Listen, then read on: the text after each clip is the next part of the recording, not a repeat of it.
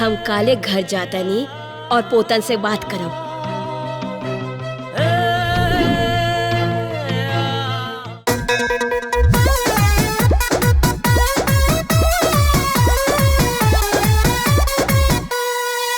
शिव जी के भावे धतुरा भांग के गोला हो, हमरा तो नीक लागे इनकर चोला। आप ऐसे कब तक जोगन बन के बैठल रहा? जब तक हमके हमार चौकी नहीं मिल जात। पता न कौन हालत में हुई है।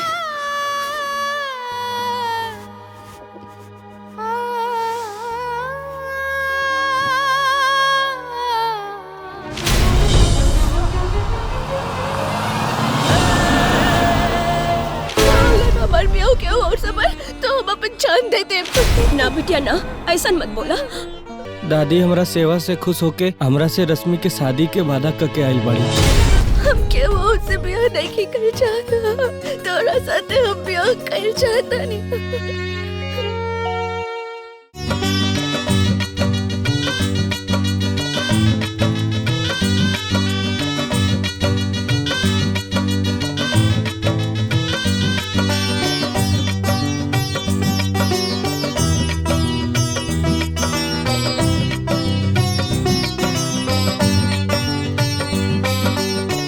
हर हर महादेव।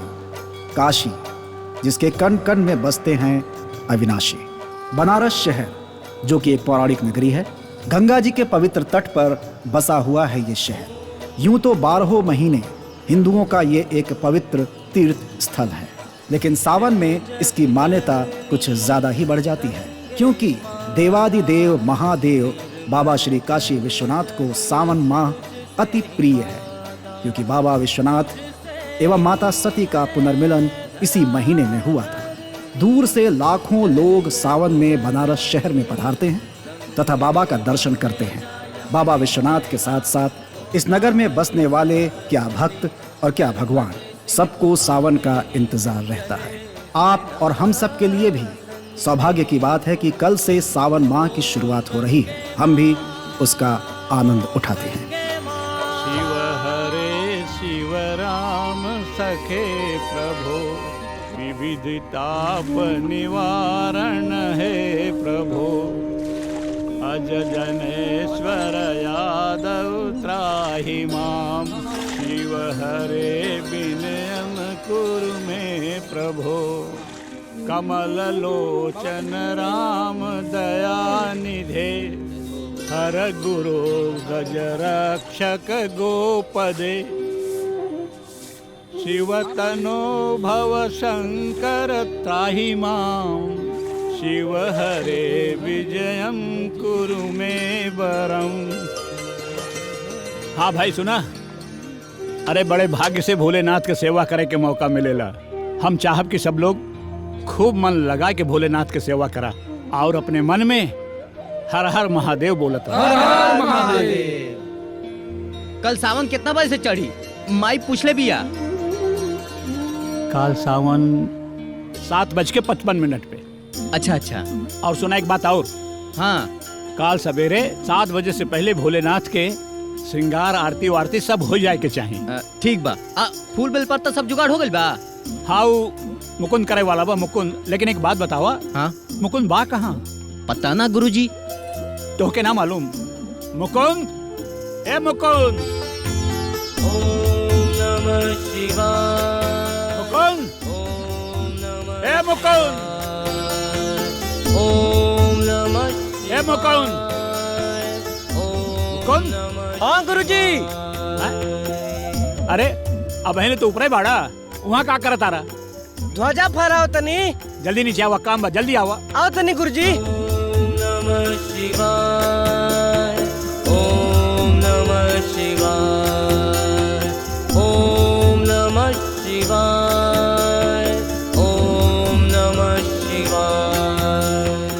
जी गुरुजी, का आदेश बा बताई? सुना बेटा, कल के पूजा खातिर माला फूल बोल दिले बाड़ा ना? जी गुरुजी।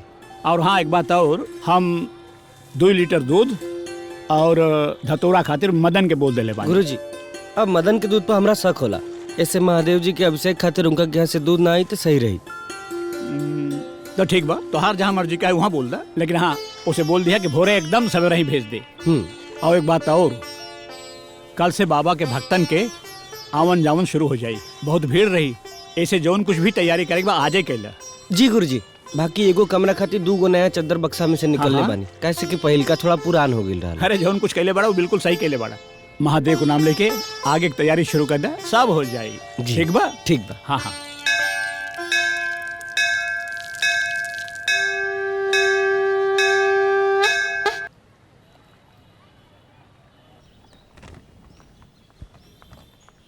ए रश्मि, समनवा सब भर ले ले बाड़ू ना? हाँ। काहे कि तोहरा के भुलाए के बीमारी है। अरे जजमान। हाँ।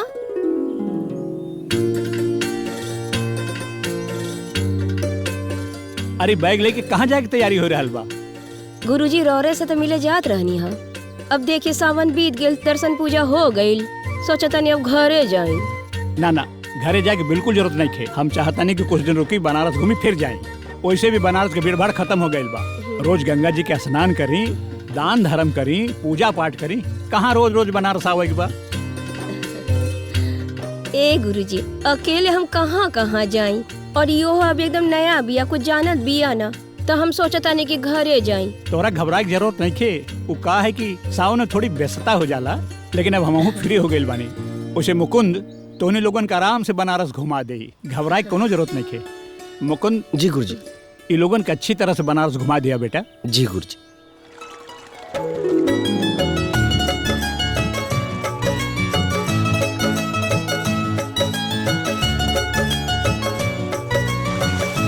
हर हर गंगे, हर हर गंगे, हर हर गंगे, हर हर गंगे, हर हर गंगे, हर हर गंगे, हर हर गंगे। तू ले ले। रुपया दे रहा चाची। ला बाबू ला। अरे भगवान खुश रखा चाची तुम्हें। लो।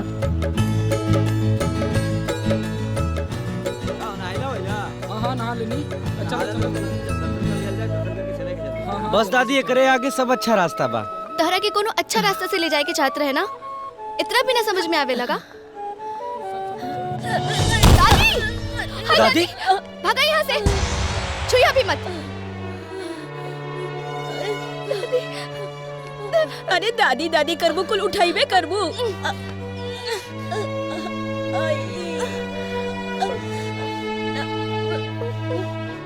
ना हो पाई दादी। अरे का करी। अरे पता नहीं कहाँ से पगलेट के संगे आ गई नहीं, कुछ समझ में ना आवे लो, गोड़ तोड़ देलस। अब कुछ बोलबा कि ना बोलबा? अरे कहाँ ले गोदी में उठा के जाइबा? अरे चुप रह। कहाँ लेके जाइबा? भैया त्रिलोचन मंदिर चलबा? हाँ चले भैया। आराम से बैठा दादी, चलो।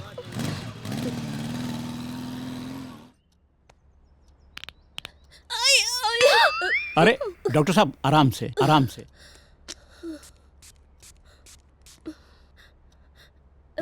ठीक हो जाइए बेटा। डॉक्टर साहब तनी आराम से।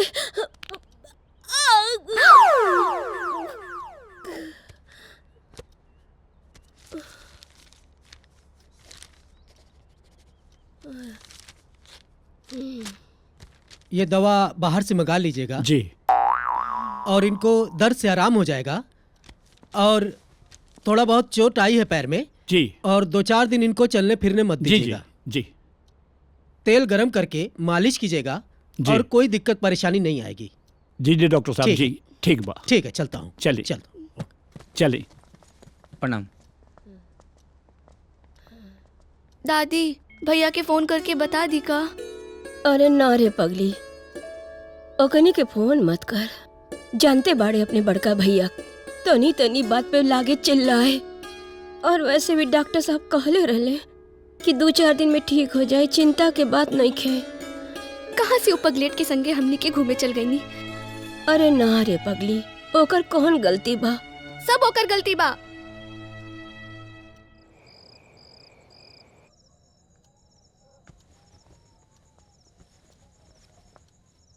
दादी दवाई।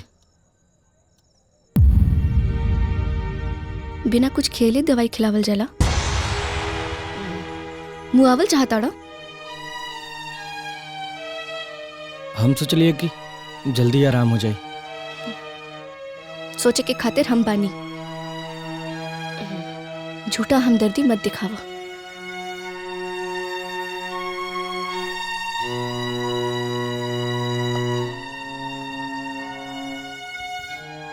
दादी हमने की चल गई रहती तो अच्छा होत। कम से कम ये घटना तो ना होत। ए बिटिया ऐसन काहे सोचा तारू? देखा जब जौन घटे के होला नु वो घटिए जाला। तू इतना मत सोचल कर, काहे परेशान होत बाड़ू? कैसे न परेशान हुई? घर वाला का सोची है कि दादी के बनारस घुमावे ले गई नहीं और गिरा देनी?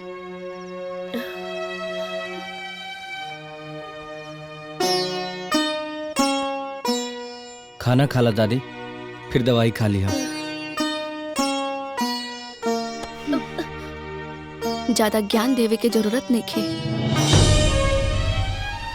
हमरा के पता बा का कब करे के बा।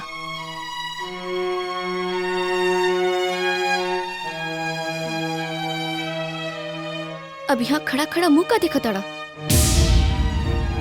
जा यहाँ से।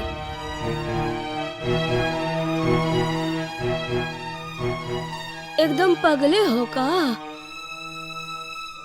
तनी को बोले के तहरा ढंग ना, हरदम ओकरा से ऐसे ने बोलत रहेलू तू। छोड़ी, चली जाए दीप, खाना खा ली। उठी।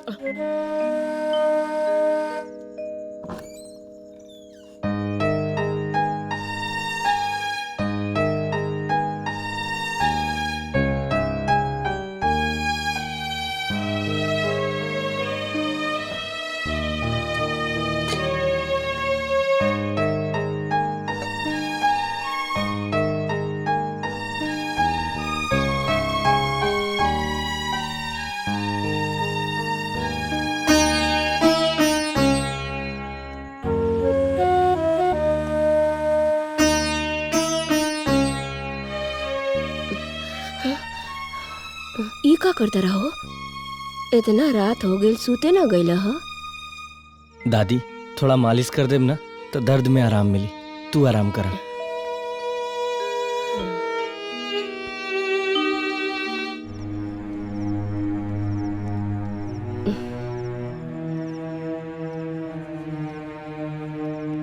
बहुत नीमन लड़का, कितना ख्याल रखेला।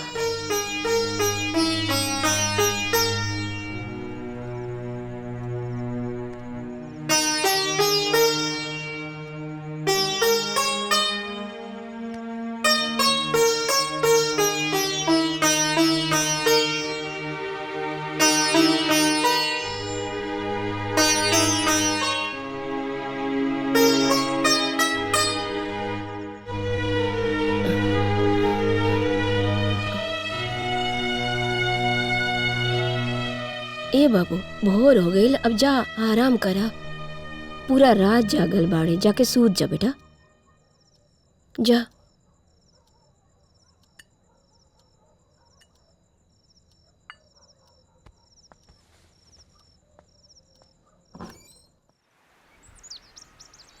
दादी,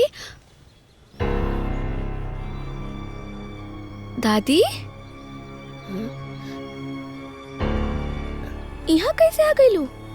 अब हमरा के जगह दे तू? अरे हम चल के आई नी हा। हाँ? कहा देखा ताड़ू? तू तो आके रात भर थक हार के सूत गईलू हा। अब मुकुंदवा रात भर तेल मालिश कैलस हा। ऐसन सेवा कैलस कि देख हम खुदे चले लायक हो गई नी हा।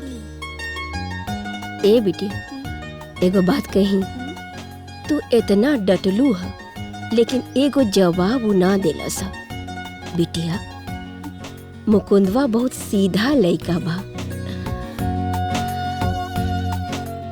बढ़िया लड़का।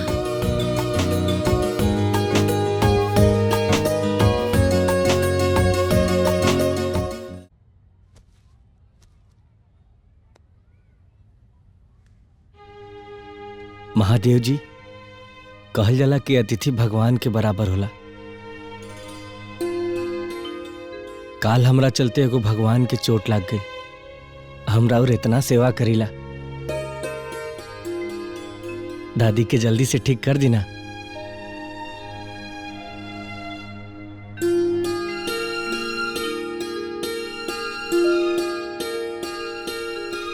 सुना? हाँ,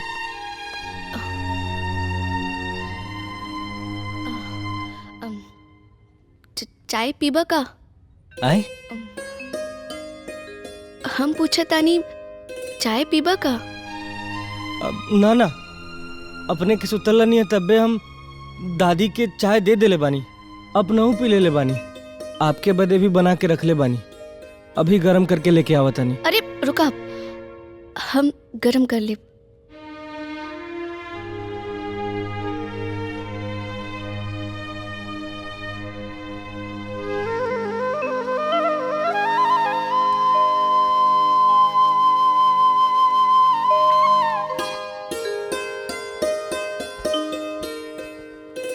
हाईली चाय ज्यादा रहल है ना, तो यही से हम 2 कप ले आईनी, एक तहरा खातिर। ली ली ना।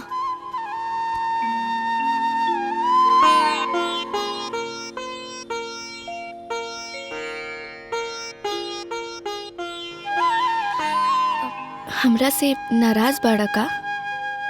ना तो काहे उनने घूम के चाय पिया था? इन्ने घूमा।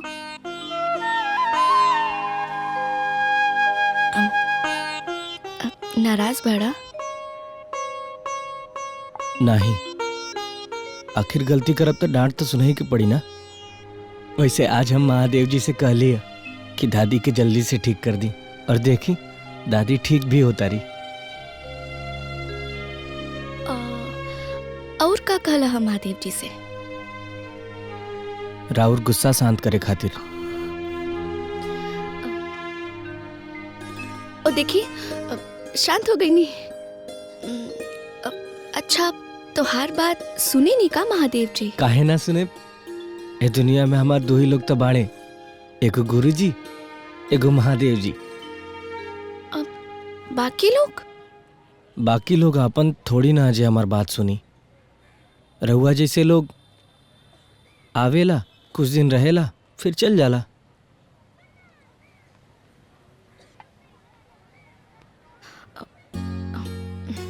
अगर तू केहू के आपन समझबा तो बहिन न तहरा के केहू आपन लागी। मैडम जी, यहाँ जे केहू भी आवेला ओके आपन समझ के ही तो ओकरे सेवा में तन मन धन से लग जाइला। हम केहू में भेद ना समझिला। मुकुंदवा बहुत सीधा लइका बा।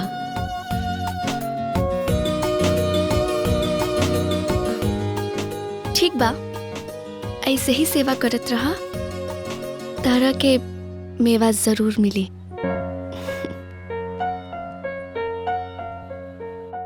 जजमान, ये तो बहुत अच्छा भइल कि रउआ ठीक हो गई नी। हमारा के तो बहुत चिंता हो गई रहे, लेकिन महादेव को बहुत बड़ी कृपा बा कि रउआ ठीक हो गई नी। ए गुरुजी, ई सब ई मुकुंदवा के सेवा के फल ह। इतना दिन रात सेवा कैला सा हमके देखे ना आराम हो गइल। मुकुंद बचपन से ही मंदिर में पल के बड़ा भइल बा। बहुत बहुत नीमन लइका बा। ए गुरुजी, हम तो बहुत बार आइल बानी, घूमल फिरल बानी। ए बेरा तो हम घूमे फिरे लायक तो बानी ना। हमरी बिटिया रश्मि के केहू से घुमा देती नु तो बड़ा अच्छा रही। अरे तेमा कौन बड़ी बात बा? मुकुंद बा ना, पूरा बनारस घुमा दे। बाकी दादी, हम तोहरा के छोड़ के घूमे कैसे जाए? अरे पगली, अब तो थोड़ा थोड़ा हमरा आराम हो गइल बा। हम तो अपन छोटा मोटा काम कइये लेब, तू जो घूम आव। हे बिटिया, अरे ई धर्मशाला बना, घर ही नियन बा। पहली बेर बनारस आइल बाड़ू, फिर पता ना कब आइबू। अच्छी तरह से घूम फिर ला। ई मुकुंद तोरा के पूरा घुमा दे। का मुकुंद? जी गुरुजी। गुंजा बिटिया के पूरा बनारस घुमा दी है। जी गुरुजी।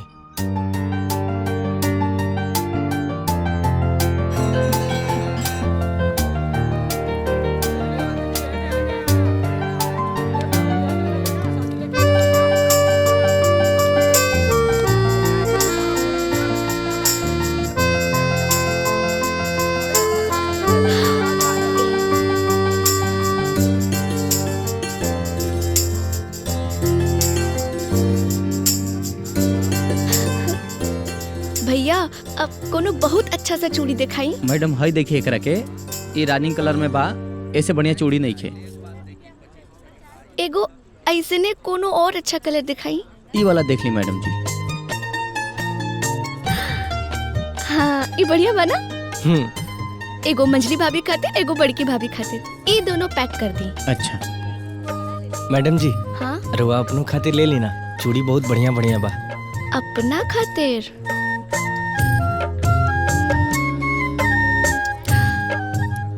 हाय देखी।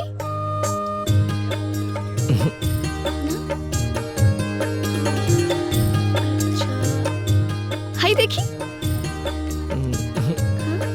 ना।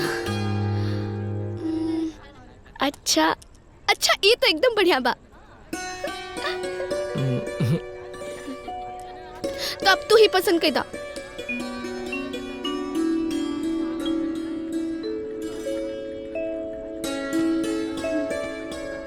ई रुआ कलाई में बहुत बढ़िया लगी। अच्छा तो तू हमार कलाई देखा ताड़ा। ना तो तोहरा के कैसे पता चलल कि हमरा कलाई में ई चूड़ी अच्छा लगी। रउए कहले रहनी ना कि हम हूँ तोहार अपने हैं। अच्छा तो मतलब तू हमरा के अपन समझे लगला। हाँ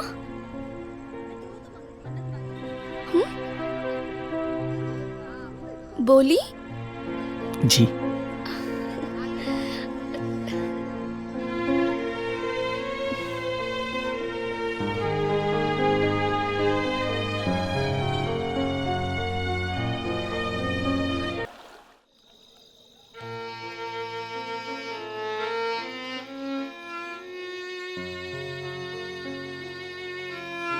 ऐसा लगता कुछ भुला गिल बा हमार।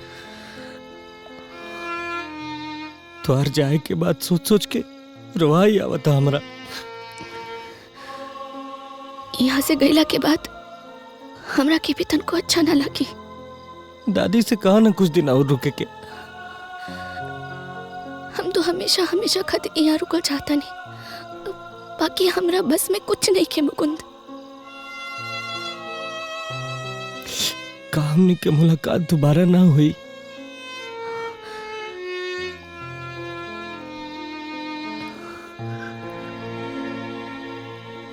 ए मुकुंद, अब तू अपन महादेव जी से बात करा ना।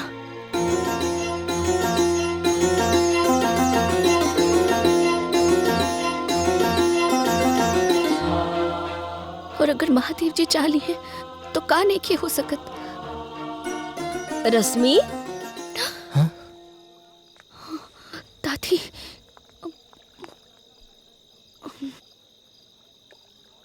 मुकुंद, तू रश्मि के पसंद करेला का?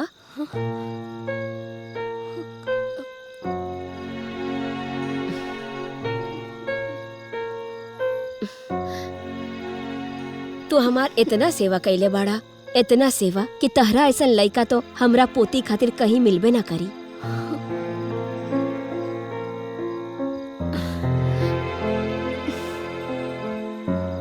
हम काले घर जातानी और पोतन से बात करब और तोहनी दोनों जन के बिया कराई।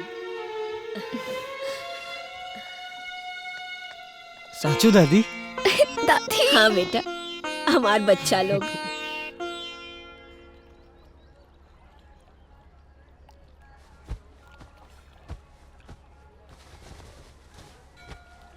मुकुंद, मुकुंद, मुकुंद, मुकुंद। हाँ, हर हर महादेव। गुरुजी, हैं? आप मुकुंद कहाँ बा? मुकुंद बाहर गेल बा बेटी। बाहर कहाँ? हमहिन भेजले बानी। उ मंदिर खातिर बेलपत्तर और धतुरा लेवे गइल बा। गुरुजी रिक्शा आ गइल बा। हाँ हाँ तो ठीक बा, तू सामान उमान रखा, हम आवत तानी। ठीक बा गुरुजी।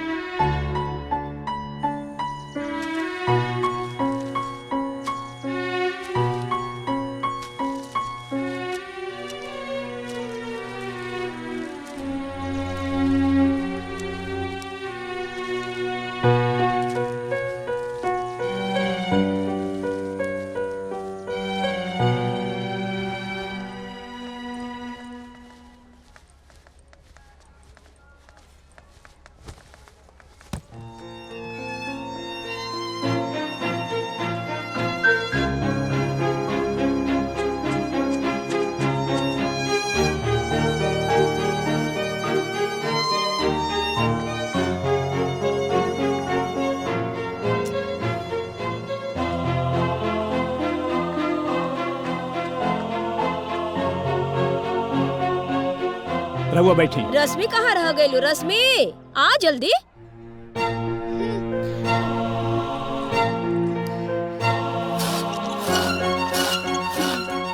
अरे कहाँ रह गई रश्मि? आ जा बेटा, देर होता।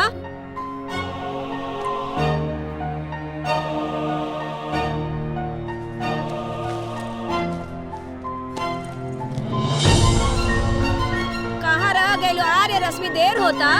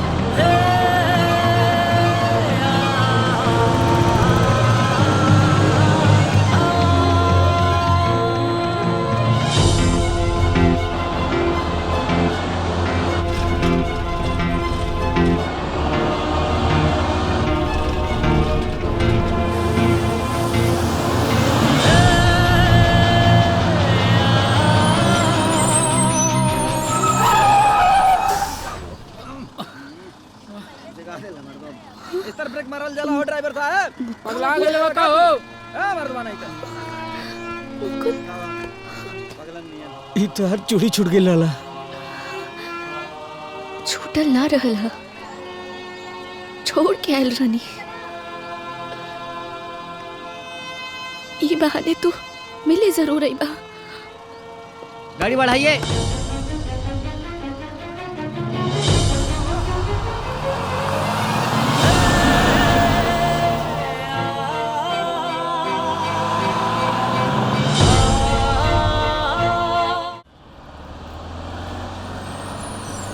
रोक रोक रोक रोक रोक रोक रोक रोक रोक रोक रोक रोक। चले चले, उतरिए उतरिए। ए चल उतर। अरे रुका हो। अरे उतरो, टाइम नहीं है अभी। अरे चल चल उतरिए, जल्दी उतरिए। अरे जल्दी उतरिए, चलिए चलिए चलिए उधर। अरे चलिए उधर। हाँ आगे आगे आगे आगे उतरिए। चलिए चलिए।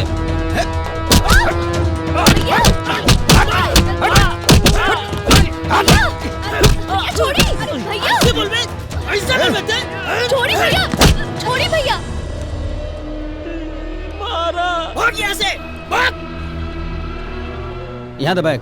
ऐसे बोल बे, दादी को बोल बे। चला। भाग। चलते हो, बैठ जाओ। चलो। हम चलाता नहीं, तू चल उतर। दादी हो, बैठ जाओ।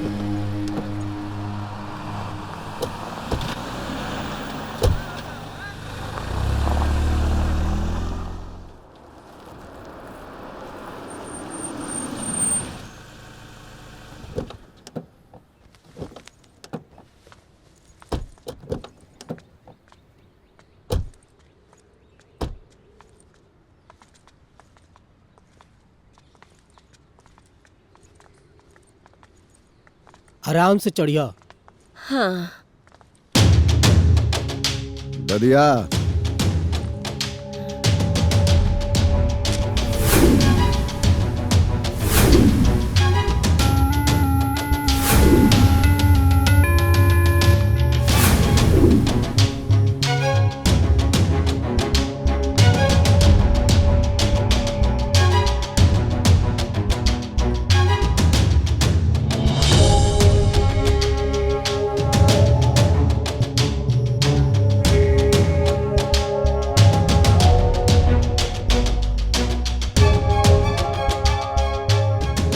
कैसा रहा आपकी यात्रा दे दिया? ठीक है रहल। भाई तोरा कोनो दिक्कत ना भइलो? ना भैया। बस कंडक्टर के झपड़िया क्या होता नहीं। ददिया ही तोर लापरवाही ना एक दिन हमनी के लंबा चक्कर में डाल दी। अरे जॉन फोन ते बस में चढ़ला के बाद कहले वो पहले कह देते तो हम गाड़ी भेजवा देती हैं। बाकी ते अपना मने के सब करबे। अरे दादी के हफ्ते शुरू हो गई नी। तोरा बीच में टपकल जरूरी बका। जौना बात के समझ ना होके वो तहीं चुप रह जाए। अंदर जा लो, जा। गोड़वा तो छुआ के जो। प्रणाम। खुश रहा, खुश रहा। आई। मामला का बोलो रे? काला हाथ उठेला सन? भैया घर की इज्जत के साथ थे, कोनो समझौता ना। जरूर। जुतियले है बहुत कायदे से एकदम। हाँ एकदम बढ़िया।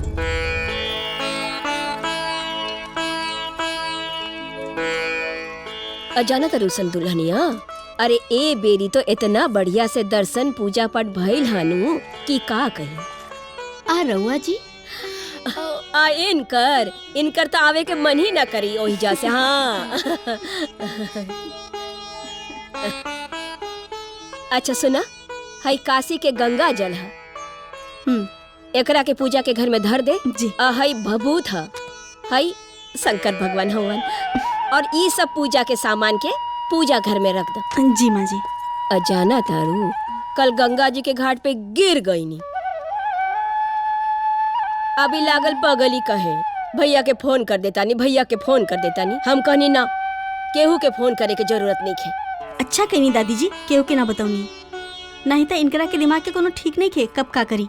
अजाना तारू सन, वही जाएगा गुरुजी के चेला रहे मुकुंद, इतना सेवा कैलस, इतना सेवा कैलस कि हम यही घड़ी चले के लायक हो गए नी। का हो?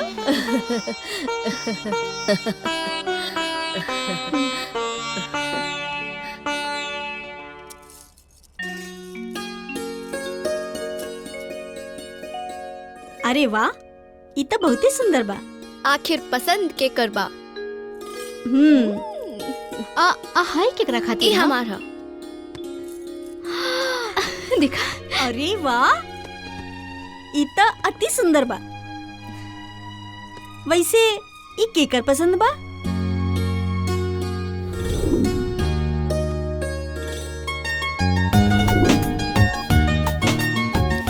रउआ कलाई में बहुत अच्छा लगे।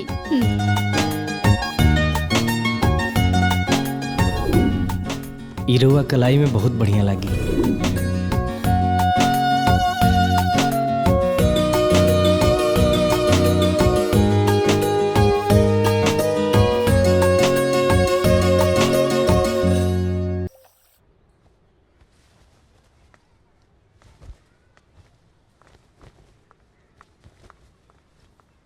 दादी। हाँ का हो? दादी, वो भैया से शादी वाला बात करो ना। करतानी हो, हमरा याद बा, हम बात करतानी। चला। पक्का? पक्का हो। ठीक बा, चला। हाँ। देखा मामला जमीन के बा। जमीन के मामला में गद्दारी हमरा बिल्कुल पसंद ना। अभी है बताइए सब कुछ। का रे धोखेबाज, हम तोरा पर दबाव डालत रहनी ना मालिक। पैसा कम देत रहनी ना। तब फिर वो जमीन दोसर के हुए काहे लिख ले? तोरा से कहे हाली कहनी कि वो जमीन हमरा जमीन के लगे बा, तू हमरे नाम से लिखाई चाहे जितना पैसा मांगबे हम देम। फिर भी तो चालबाजी कर गई। ये तोर पहला गलती है, ठीक? माफ कहनी जी। आगे से ध्यान रहे के चाहिए जी। रमा। हाँ भैया। पकड़ के बांध के रखे, तब तक जब तक अगर सारा जमीन हमनी के ना लिखवा ली। सुन, ले जा। सुन, चल चल मालिक। मालिक। हाँ दादिया, का कहता रे? कुछ ना बेटा, हम ऐसे ही आ गई नी। वैसे कैसे आ गई? जो भीतर।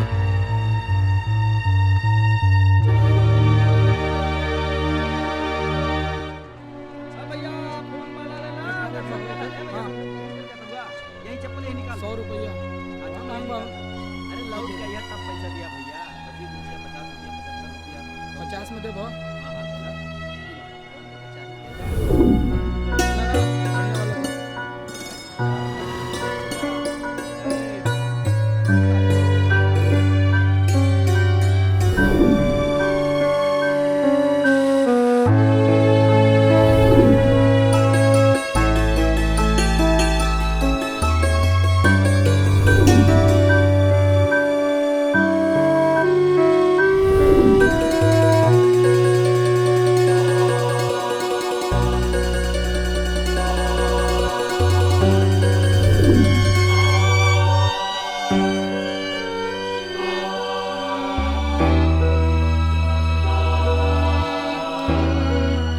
मुकुंद, का भइल बेटा? ऐसन उदास काहे बैठल बाड़ा? कुछ तो नहीं भइल गुरुजी, उदास कहाँ बानी। तबीयत तो ठीक बा ना? जी गुरुजी। जब तोहर तबीयत ठीक बा तो पूजा पाठ में आवे के चाहिए ना। पूजा पाठ में ना आइला, चला उठा, चला चला।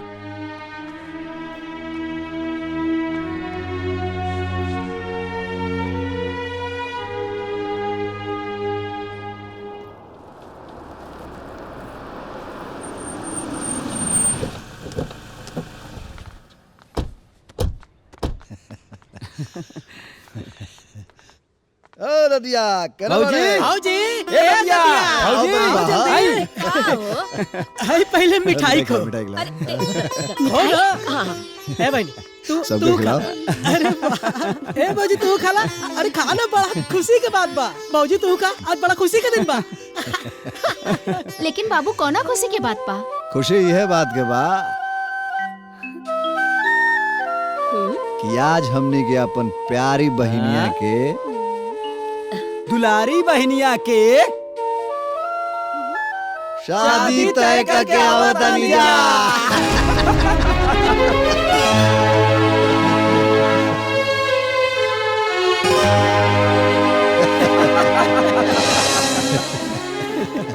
बाकी आप लोग हमनी के बतौले लोग नहीं?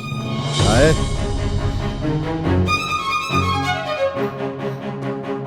हर बात तोनी के बतावल जरूरी बका। ई घर ह, कोनो पार्लियामेंट ना कि हर निर्णय में पोर्ट कराओ के पड़ी। रोज खा मस्त रहा। हाँ चलो भीतर।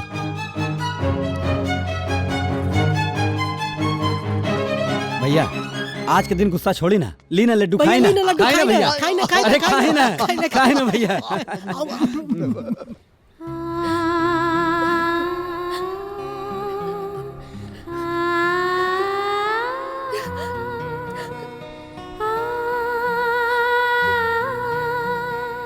रश्मि,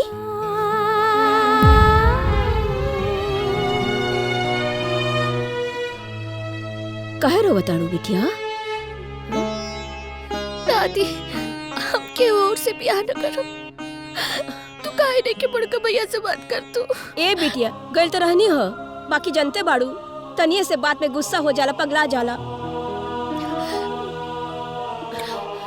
बेटी सुना, रोवा मत। अगर हमार ब्याह के और से भाई तो हम जान देते। अरे ना ना ना ना, आज ही हम जाता नहीं ओकनी से बात करें। ऐसा मत करी हा तू। ई का कहले हरे ददिया? हमरा तीनों भाई के बीच में इकलौती बहन।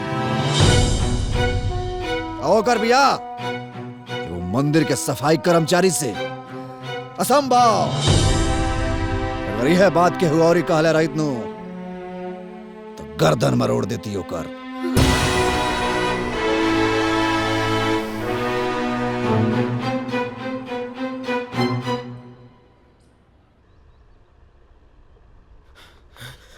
भैया भैया आ गए बाबू। कौन आ गए? अरे उहे जकरा बारे में ददिया बतावत रहे।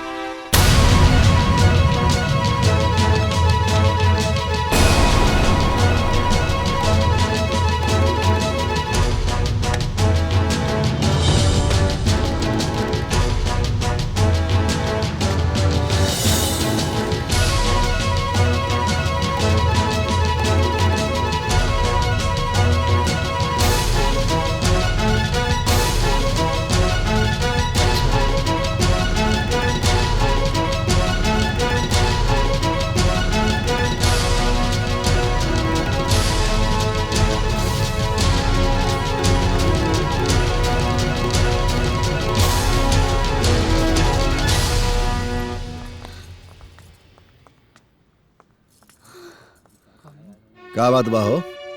ई राउर पता पूछत रहलन त हमनियो सोचने की राउर द्वार पे पहुंचा दी। बतावा हो का बात बा, काहे खातिर आयल हवा यह? भैया दादी हमरा सेवा से खुश होके हमरा से रश्मि के शादी के वादा करके आइल बाड़ी। शादी? ये क्या कर रहे? अरे भैया हम बतावा ये सब इतना बड़ा आदमी हमारा ये के चला वापस शादी के बात करे। अरे हम तो सोचनी कोई से कोनो होई रिश्तेदार। हम बहुत इंतजार कइला के बाद हार थाक के यहाँ आइल बानी। हमरा से रश्मि के शादी करा दी भैया।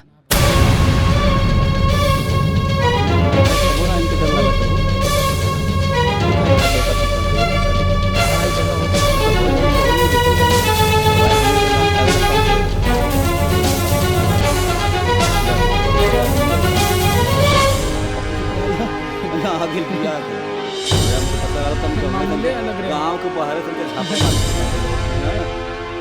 बात। अच्छा तो ई बात बा, अब समझ में आई। दादी तारा के वचन देली और तू जनवा बियाह करे आ गइल ना। लेकिन जौन वचन दादी तारा के देली वो हम तो नहीं सुन ले।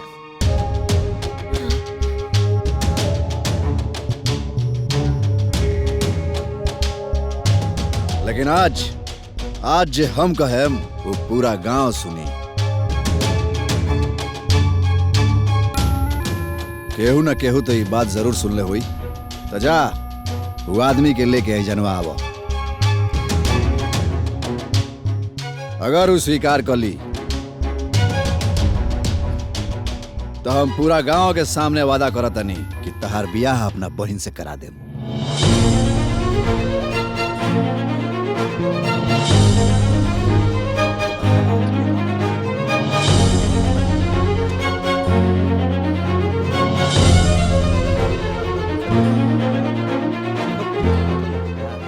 सुन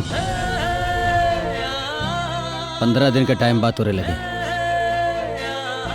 16वें दिन हमारे बहन के बियाह क्या हुआ और से हो जाए।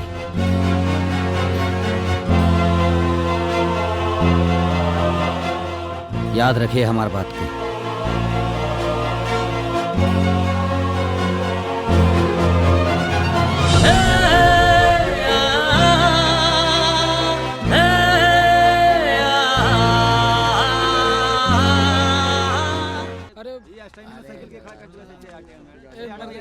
चलो अरे हेने से निकला ना, जल्दी जल्दी चलो। मुकुंद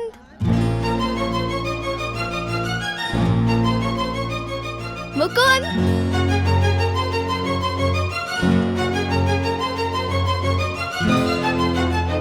मुकुंद मुकुंद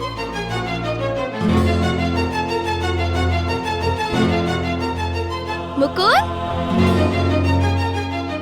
मुकुंद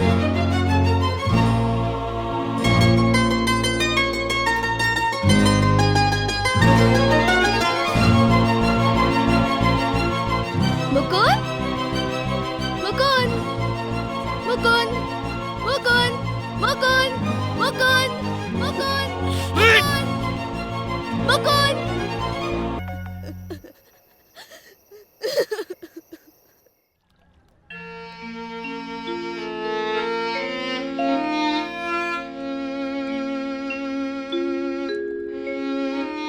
मुकुंद, ए मुकुंद, मुकुंद। जी गुरुजी। कौनो न कौनो बात तो जरूर बा बेटा। तोहरा के हमार कसम बतावा हमरा के, बतावा हमरा के, बतावा। अरे का भइल? ए बेटा चुप हो जा, काहे रोत बड़ा? आए अरे का समस्या बा, कुछ बताइबा बेटा, का भइल? हमरा साथे धोखा भइल बा गुरुजी। धोखा? हाँ। के धोखा देले बा? रश्मि के दादी जी। ओ रश्मि के दादी जी। जब उनका गोड़ हाथ टूटल है ना, हाँ हाँ, तो उनकर सेवा कैली हम। अरे वो तो हमारा के मालूम बा। ऐसे हमार रश्मि बैठल रही जा, तो आके वो कहले रही कि हम तुम्हारा इनका शादी कराई। मुकुंद तू एकदम पगले बाड़ा का? हाँ अरे वो भावना में बह के बोल देले हो की, बाकी बेटा ये असंभव बा, एकदम असंभव। कहाँ उतने बड़ घर के लड़की और कहाँ तो एक मंदिर के साधारण पुजारी। ये बात तो हमारे भी नहीं की समझ में आवत, हमारा के भी भरोसा नहीं के। अरे हम सच कहते नहीं गुरुजी, यही जे बोले बाबा के सामने। केहू न केहू तो ये बात जरूर सुन ले हुई। तजा वो आदमी के लेके ही जनवा आवा। केहू न केहू तो ये बात जरूर सुन ले हुई। तजा वो आदमी के लेके ही जनवा आवा। केहू न केहू तो ये बात जरूर सुन ले हुई। तजा वो आदमी के लेके ही जनवा आवा।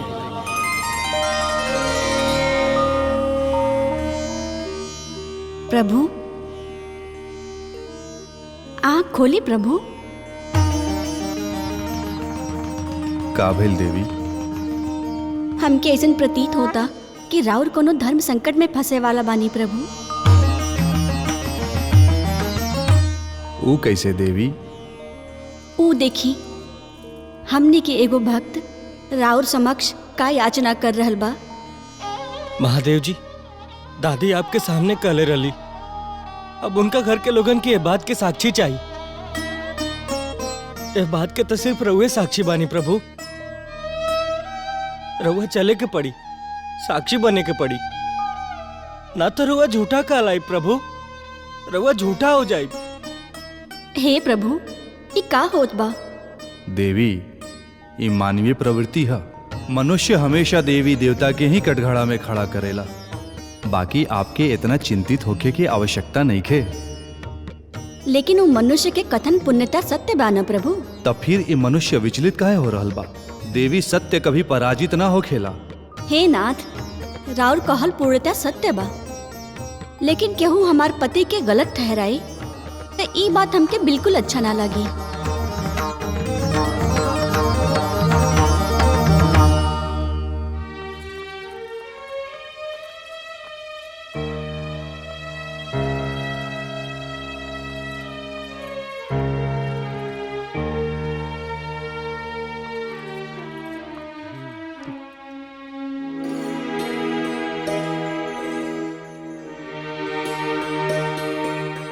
हम बहुत भाग्यशाली बानी, राउर बहन हमरे घर के लक्ष्मी बन के आवेली बिया। ये रिश्ता हमरा मंजूर बा। हमरा का तो पूरा उम्मीद बा कि रवा लोग के हमारे लड़का पसंद आइल हुई। ये रिश्ता हमनी के खोजले बानी जा माता जी। ना पसंद रहला के कोनो सवाल नहीं खे उठत।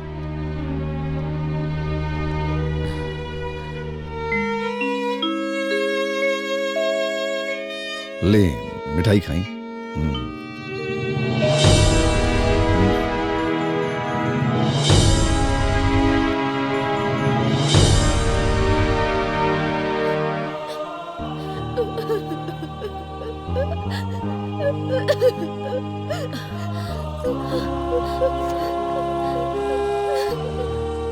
अरे का भइल बिटिया?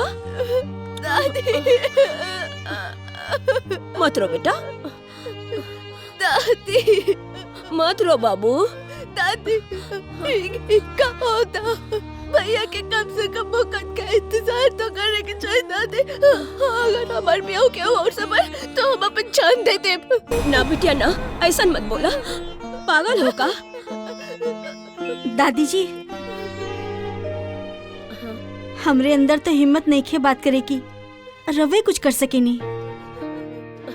जाई आ ये बात रहुए बोली, जब यहाँ के खुशे ना रहा तो सोना के महल में बियाहिले के का फायदा? तू दोनों चिंता मत कर लोगन, आज ही हम वो लोगन से बात करब। मत रो बेटा, चुप हो जा, चुप हो जा, चुप हो जा बेटा। रामा। हाँ भैया।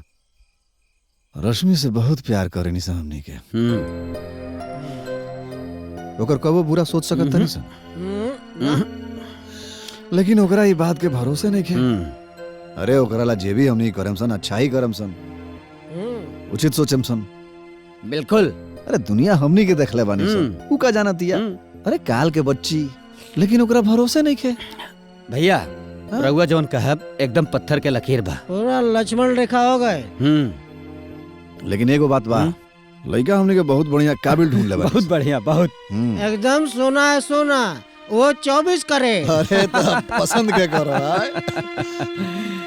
लेकिन एगो बात जान लो, जितना जल्दी हो सके उतना जल्दी हमने के ब्याह की तैयारी का करो। हो साहेब, तहरा अपन बहिन के खुशी के तनिको परवाह नइखे? वादा कहीं और, रिश्ता कहीं और तय करत आड़ा। वे परमा समझाओ ददिया के।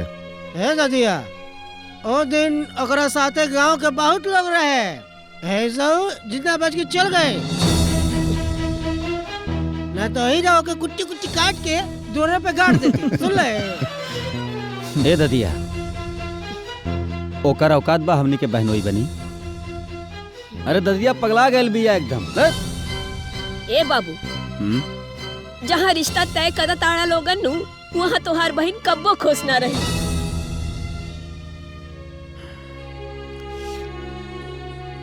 अरे मुकुंद बहुत अच्छा लड़का बा, बहुत अच्छा।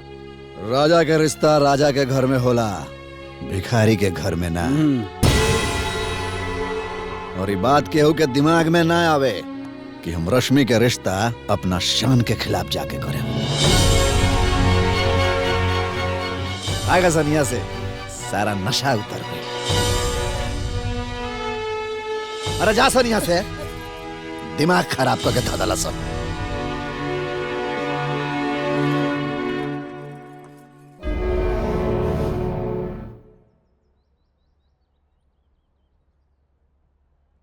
हम इंसान ही ऐसे, हमरा कोनो बात के मतलब नहीं खे ना।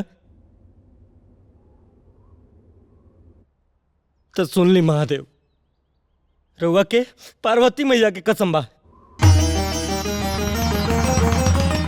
रउआ अवहीं के पड़ी, रउआ अवहीं के पड़ी। प्रभु, अब तो राउर के जाय के ही पड़ी, कहे कि ऊ मनुष्य राउर के हमार कसम देले बाड़े। देवी, रउआ ये तुक्ष मनुष्य ले इतना चिंतित काहे हो रहल बानी? कहे कि ई मनुष्य सत्य बा और सत्य शिव हुए, तो राउर के जाय के पड़ी। असंभव, ये असंभव बा, हम कहीं ना जाएं देवी। प्रभु, आपके कथन सत्य है। पृथ्वी पर सभी कन्याएं उत्तम पति प्राप्ति के लिए आपकी पूजा करती हैं। जब आप ही अर्धांगिनी के महत्व ना दे तो आम मनुष्य का दे? आपके एक कथन ना आघात कर दे हलस प्रभु। अरे देवी, ऐसन ऐसन कोनो बात नहीं खे। ना प्रभु, हमके ज्ञात हो गए कि राउर नजर में हमने के कोनो महत्व नहीं खे।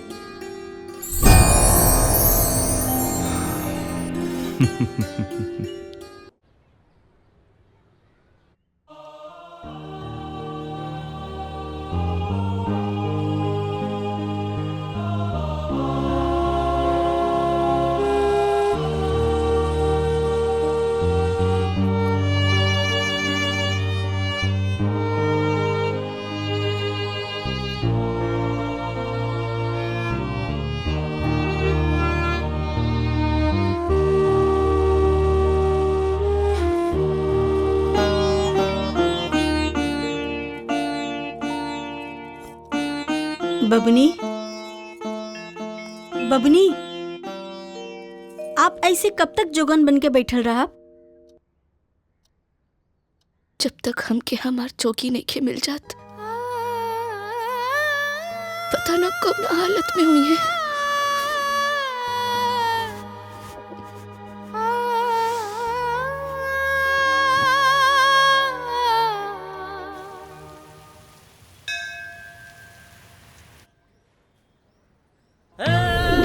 हम काले घर जाता नहीं और पोतन से बात करब।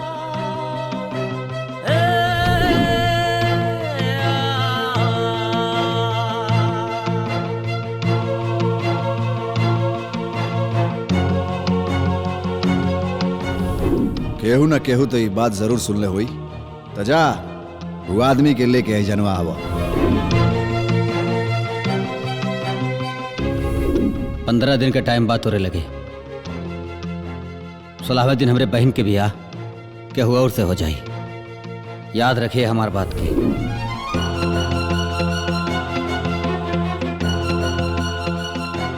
मुकुंद, का भइल? हैं? का भइल? का दिन रात यहाँ पड़ल बाड़ा? और हाँ, ई तू भोजन उजन कहाँ छोड़ दिले बाड़ा? हैं? ए भोजन लो, ला भोजन करा, ला ला। भले मर जाए गुरुजी, अन्न के एक दाना तक ना छुअब। हे, तू पागल हो गया बाड़े? हैं? तोरा के बुझाता कि तू का करत बाड़े? अरे असंभव बा, असंभव ई ना हो सकेला।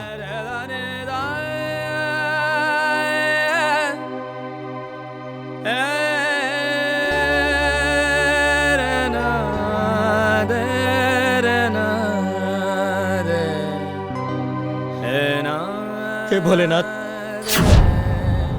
अब तो आप साक्षी बनब या तो हमरे मौत के जिम्मेदार। हम अपन सिर काट के रावण के जैसे आहुति दे दे।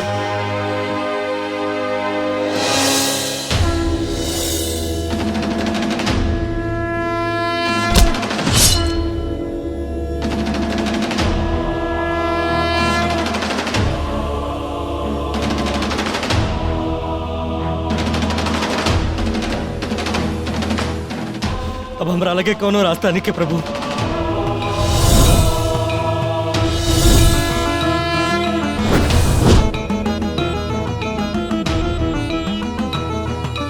आदि तू है, अंत तू ही है, तू ही है सर्वे सर्वा। लाज मेरी तुम रख लो भगवान, कोई नहीं मेरा दूजा। आदि तू है, अंत तू ही है, तू ही है सर्वे सर्वा। लाज मेरी तुम रख लो भगवान, कोई नहीं मेरा दूजा। ओरे भंडारी प्रभु, भंडारी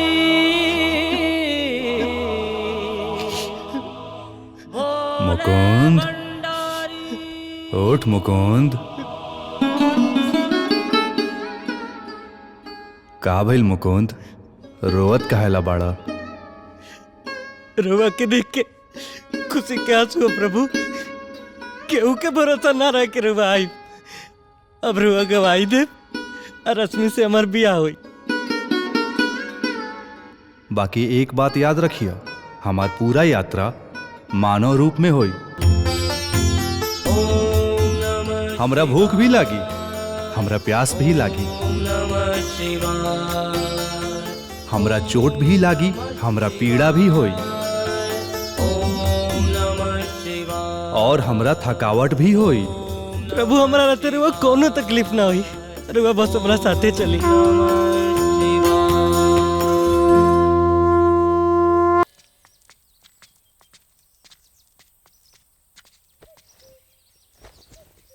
महादेव का भेल, चली? ना चलब, बाबा के अब भूख लगल बा।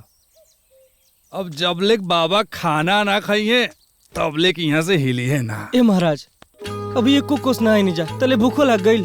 हमार पेट लाग गइल त लाग गइल, ते खाना ले आई बे कि हम जाई कैलाश। ए महाराज, ले आओ तनी। काहे बार बार कैलाश जाए के धमकी देना? जो खाना ले आओ।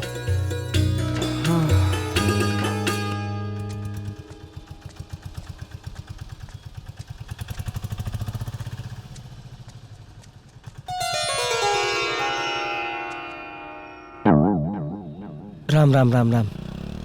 यहाँ के खाना महादेव खातिर भैया उचित ना रही। आइटम 2 का अंडा फ्राई हुएगा।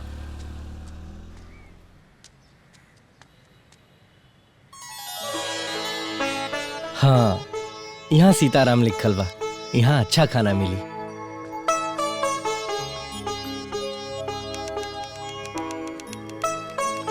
भैया थोड़े चाय दे दिया, 4 रुपया में बैठल यहाँ।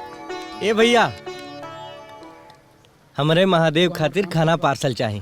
अतनी साफ सफाई से दी है, आखिर भगवान के भोजन के सवाल बा। भगवान के पगला गिल बा का ससुरा? अच्छा, त शंकर भगवान खातिर खाना चाहे। हाँ। और पार्वती जी गणेश खातिर ना ले जाई बा? वो लोग के हम बोलैले ही नहीं। अच्छा ठीक बा, तो चावल, दाल, सब्जी, अचार और प्याज। ना ना, प्याज ना। अच्छा प्याज ना ना। ठीक बा, एक कुल का 52 रुपया हो गए। 52 रुपया? पैसा तो है ही नहीं के। ए भैया, भगवानों के भोजन के पैसा ले बका। अपने पगला गल बाड़े तो साथ साथ हमहू पगला गल बाड़े का? हैं? बोला भगवान के नाम पे लूटत हवा? हैं? शर्म नहीं तो क्या बात? भागा यहाँ से, चल निकल यहाँ से। बिना पैसा कुछ न मिली। भगवान के बदनाम करे आवत हमें? हाँ, भगवान कहिए, शंकर भगवान कहिए। झूठो बोलो, शर्म नहीं किया बात। जो धो के आओ।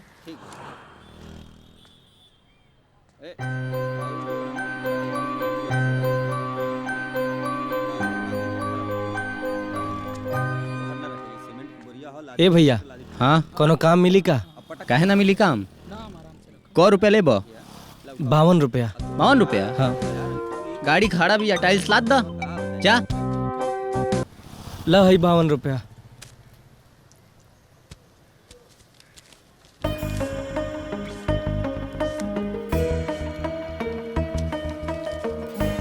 पैसा चुरा के तो ना ले लो।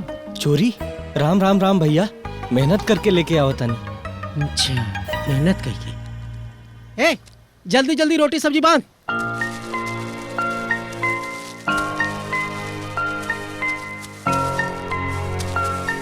हेलो। धन्यवाद।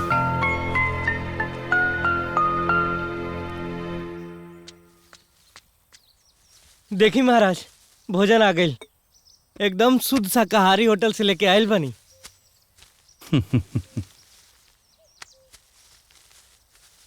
ए, हम ही सब खानी रे पगला। तोरा पता नहीं है? जो जाके भांग ले आओ, मूर्ख इंसान। अरे महाराज, तो पहला ही ना बतावे के चाहत रहे। अब भांग कहाँ से लेके आई? ते ले आइबे कि हम चली कैलाश। अब महाराज, हर बतिये में इंसानियत धमकी कर दी ना। हम कहले बनी ना कि हमरा रहते रुआ कोनो तकलीफ ना हुई। ले आओ तनी। हाँ। बम बम भोले। प्रभु, प्रभु, कहाँ चलनी? प्रभु, महादेव, रुकी महादेव, महादेव, महादेव, महादेव, थोड़ा धीरे चली। महादेव,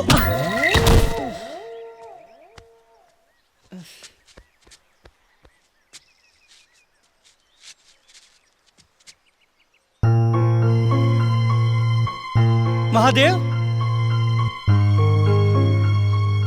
महादेव, भोलेनाथ,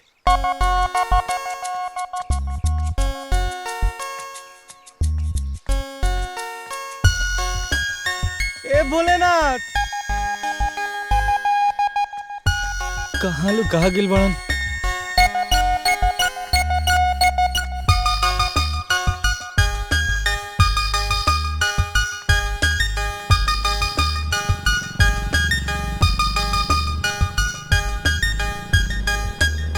ए दरोगा जी, रुकी रुकी। कहा? हम बड़ा टेंशन में बानी। कौना बात का टेंशन बता रहा के? महादेव जी लापता बानी। हम कबे से खोजत खोजत परेशान बने उनका के। महादेव के कोनो दिमागी परेशानी तो ना रहे? अब जब से वो हमारे पास आए थे तब से तो कोनो परेशानी नहीं था। गाड़ी ना मिलल तो पीठ पे उठे नहीं, भूख लागल तो भांग पीस के दिया नहीं। उससे पहले कुछ हुई तो पार्वती जी जाने। अच्छा, ये पार्वती जी के हो? अरे महाराज, अरे वह पार्वती जी के नहीं जानत, महादेव जी के धर्म पत्नी। ठीक बा ठीक बा, काल तू पार्वती के लेके थाने आ जाइए। अरे महाराज, इतना मेहनत से तो महादेव को कैलाश से बुलाए थे, अब पार्वती जी को कैसे बुलाए? पगलेट है क्या? पुलिस के पागल का बे, मारब 4 लाठी दिमाग सही हो जाए तोर। चल चल निकल यहाँ से, पागल कहीं के।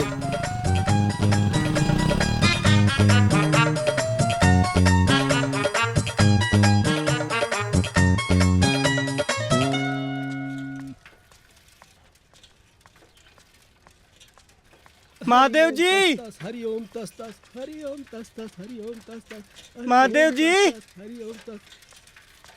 अरे ए गुरुजी, शिव जी के दिखनी? हाँ, देवास जी के बेटा शिव। अरे ना महाराज, गणेश जी के बाबूजी शिव जी। अरे भोलेनाथ के?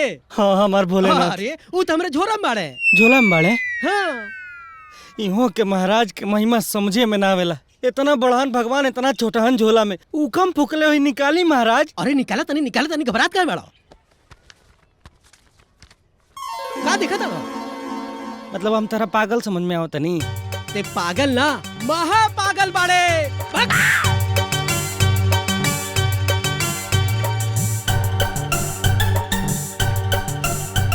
महादेव जी, ए प्रभु भोलेनाथ, ए महादेव जी, ए महाराज, हमरा के धोखा दे के भाग गए का। देखी हम कह देता नहीं ठीक बात नहीं खे, जहाँ भी हो आ जाई। हे भगवान अब कहाँ खोजी।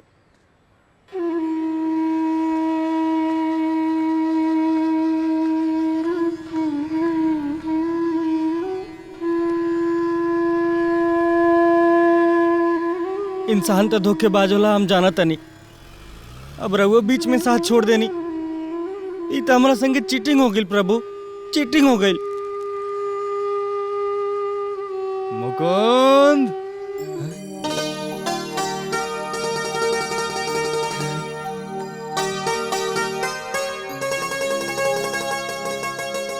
प्रभु का हुआ चेला? अरे अड़भंगी के संगी है, काहे परेशान होता है? सब बढ़िया होगा। बम बम भोले। अब चली, बहुत टाइम खराब हो गई प्रभु। हम कहीं नहीं जाएंगे, चलो बैठो, गोड़ दबाओ, हमार गोड़ दबाओ। मतलब अब रहुआ दादागिरी दिखावत तनी, ठीक बा।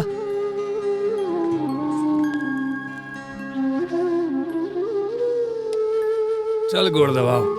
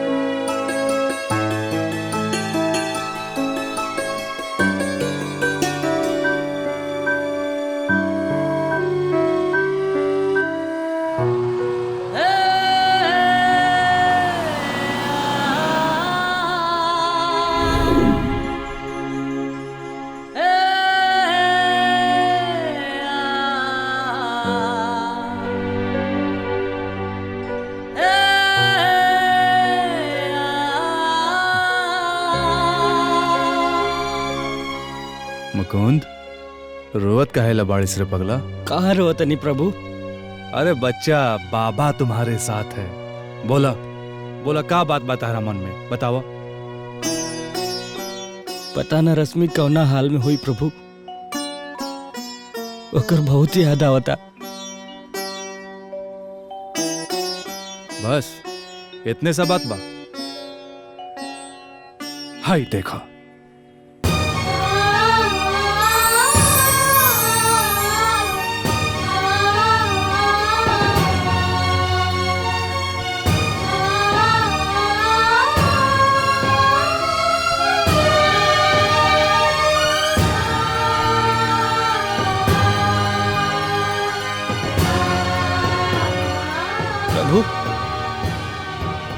रश्मि के तो हल्दी लगाता।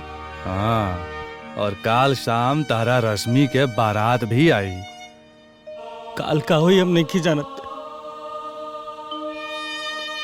लेकिन आज एक बार हम रश्मि से मिले चाहता नहीं। ओकर दुख हमरा से देखल नहीं के जात। हमरा पर दया करी प्रभु। जा। लेकिन प्रभु, हमरा के देखते हुए जा गोली मार दिया सन। वहां तारा खाली रश्मि देख पाई। जा।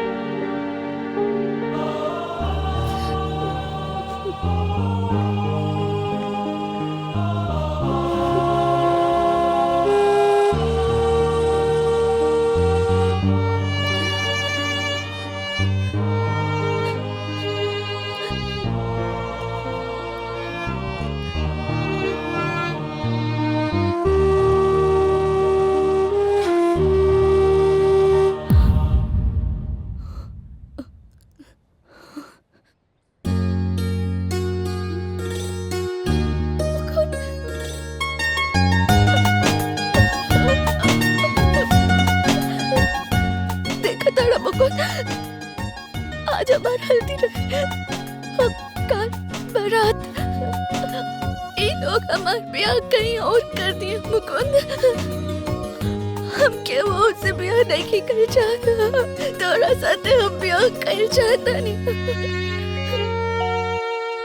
रश्मि, तू बिल्कुल चिंता मत करा, हमनी के ऊपर भोले बाबा के आशीर्वाद बा। दुनिया चाहे जवन भी करे, लेकिन तुहार बियाह हमरे से हुई।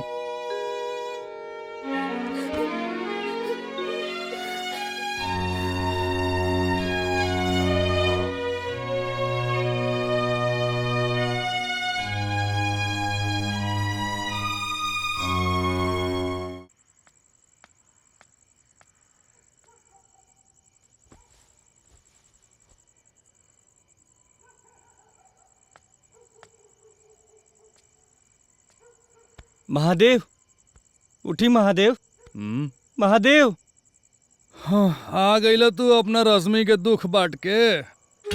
महादेव, अब देर हुई तो अनर्थ हो जाई, जल्दी चली। देर हुई तो अनर्थ हो जाई। जब इतने चिंता रलक हो तो दिन में काहे ना हिला हुआ, जे राती में आवता रह। अब महादेव एको भी तो नहीं लिए, सुते था। अरे महाराज, रुआ समझत काहे नहीं की, बिहाने बारात आए वाला बा। अरे बेटा, काल रात के बिया होता, आज रात के नहीं के होत। सुत जो, सुत। अब महादेव, महादेव,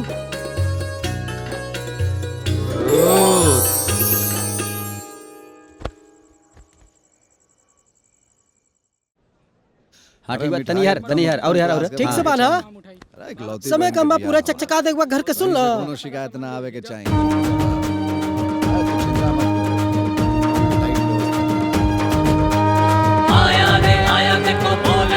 चला चला जल्दी जल्दी काम करा। ए तू बात मत हुआ।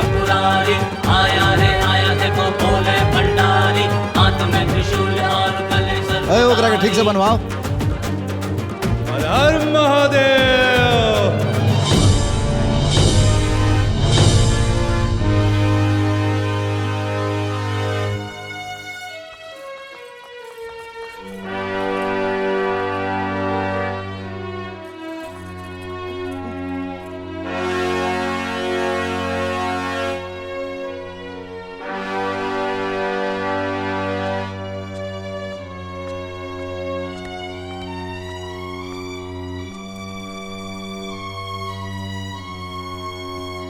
भैया, रुआ गवाही चाहत रहनी ना, बाबा आ गिल बानी।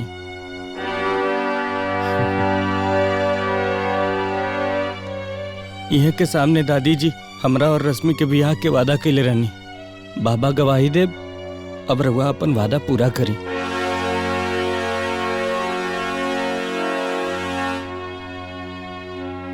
प्रभु, बताई ना सबके कि रुआ सामने दादी जी का कहले रही।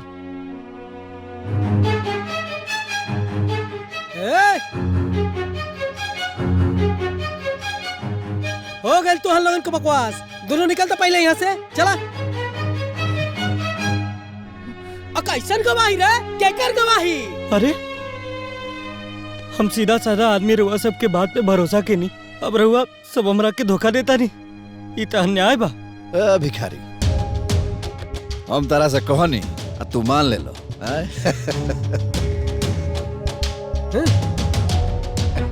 साथे एक और भिखारी के लेके चलो लो। हम तोरा से झूठ कहनी।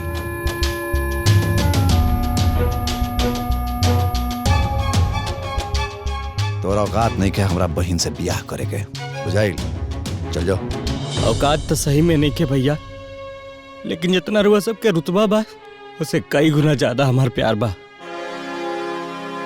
हम महल के सुख तो ना दे सकीला, लेकिन प्यार बेसुमार दे। चुप।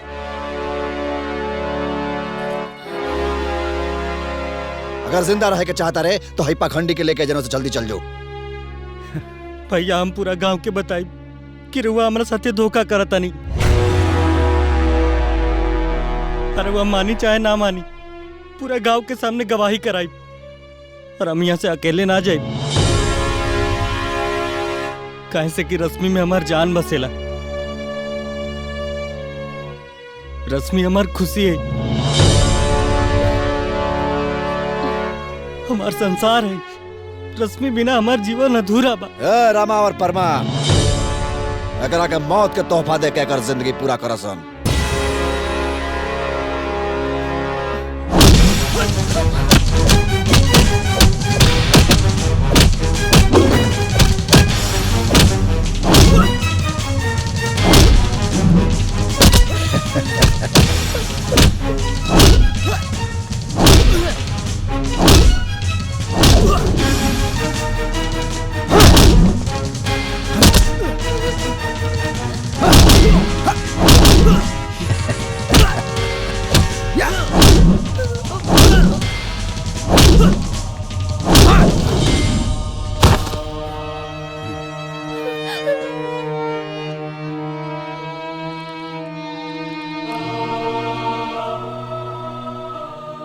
प्रभु, ये ठीक नहीं क्यों होता प्रभु? रवा सामने ही अधर्म होता।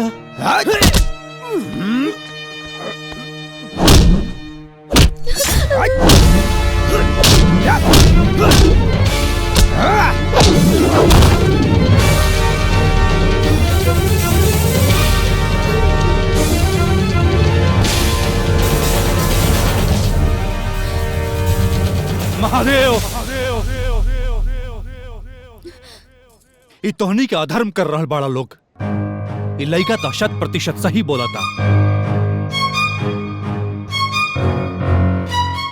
तोहनी के दादी हमरा सामने वो बात कहले रहली। तोहसे कहली या तोरे पूरा खानदान से? कोनो फर्क ना पड़ेगा। चुपचाप के उठाओ और निकल ले।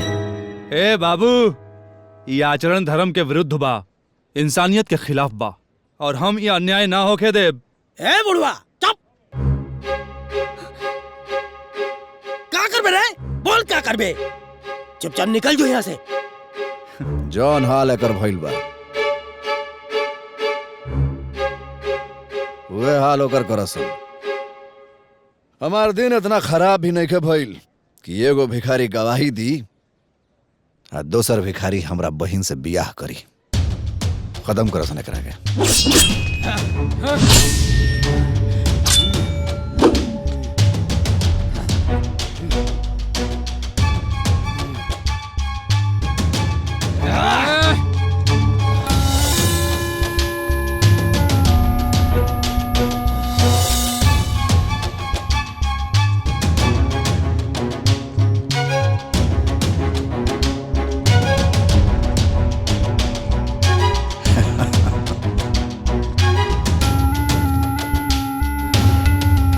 मुकुंद,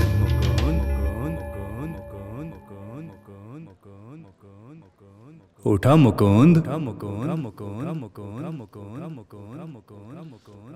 उठा मुकुंद।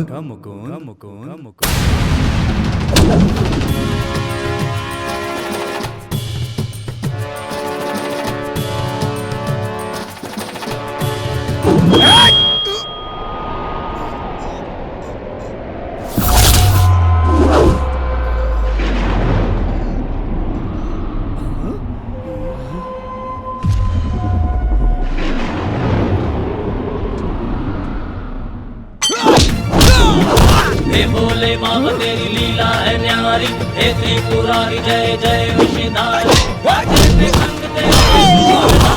लीला है तेरी सबसे निराली।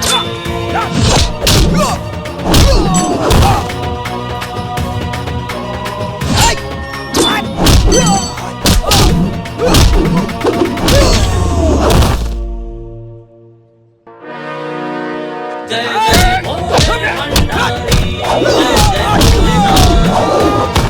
जय जय भोले भंडारी, जय जय भोलेनाथ, जय जय भोलेनाथ, जय जय भोलेनाथ।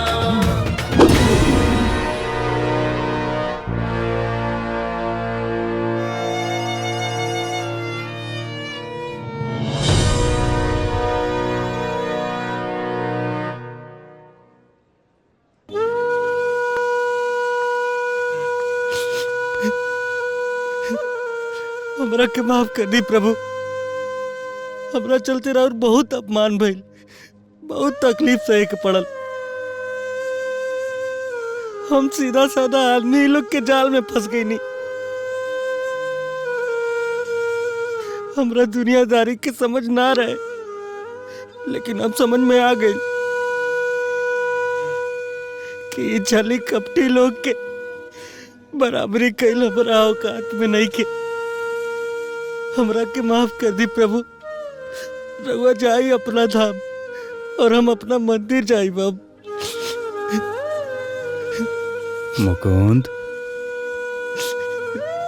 ना रे पगला, हम जौना काम से आईनी उ तभी होकबे ना कइल।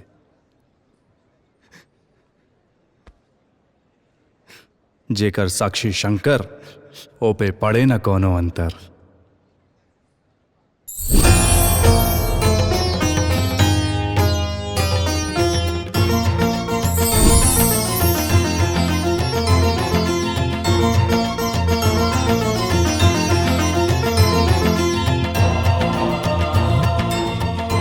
हम कैलाशवासी शंकर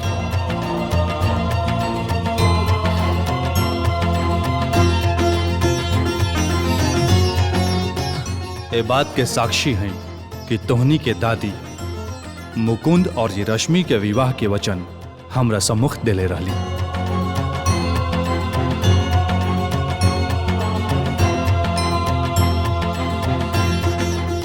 हमरा प्रभाव से तू तीनों भाइयों के मस्तिष्क में मुकुंद के लेके पल रहल दुर्भावना अब समाप्त हो जाएगी।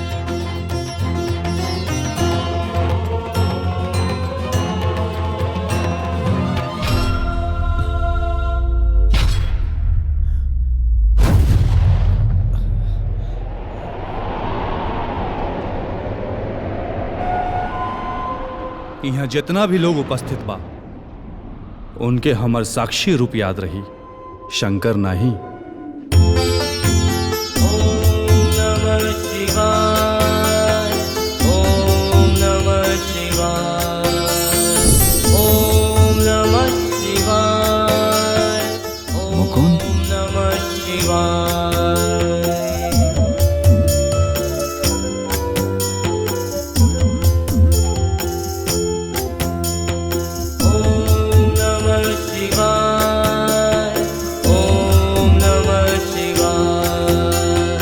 ओम नमः शिवाय, ओम नमः शिवाय। ये धरती पर तोहरा से लायक केहू लइका नहीं खे जे हमरा बहन से बियाह कर सके। मुकुंद,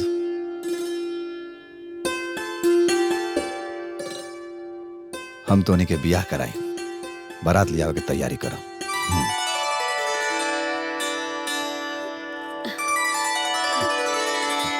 जय जय जय जय जय शिव शिव शिव जय शिव शंकर शंभू। जय जय जय जय जय शिव शिव शिव जय शिव शंकर शंभू।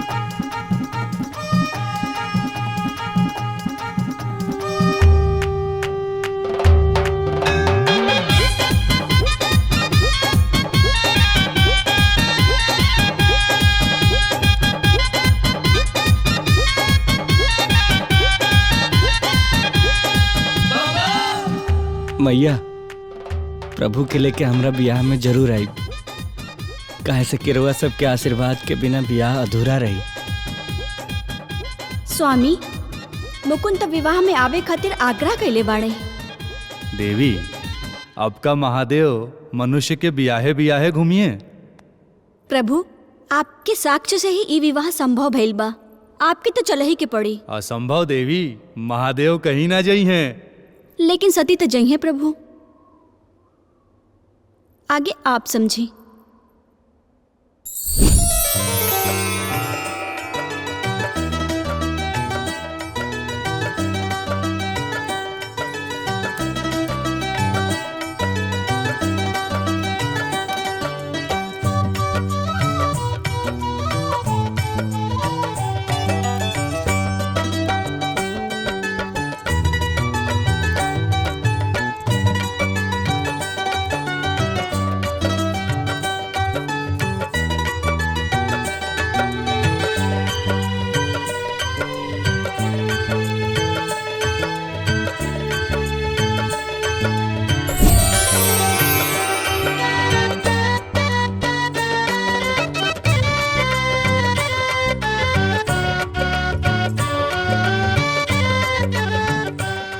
पार्वती। चली।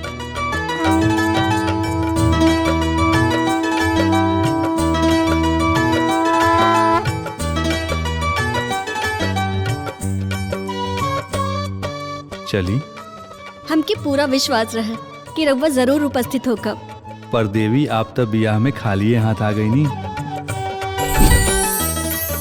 इली? अरे वाह प्रभु, भक्तन के खुशी के ख्याल रउआ से ज्यादा के रख सकेला। चली।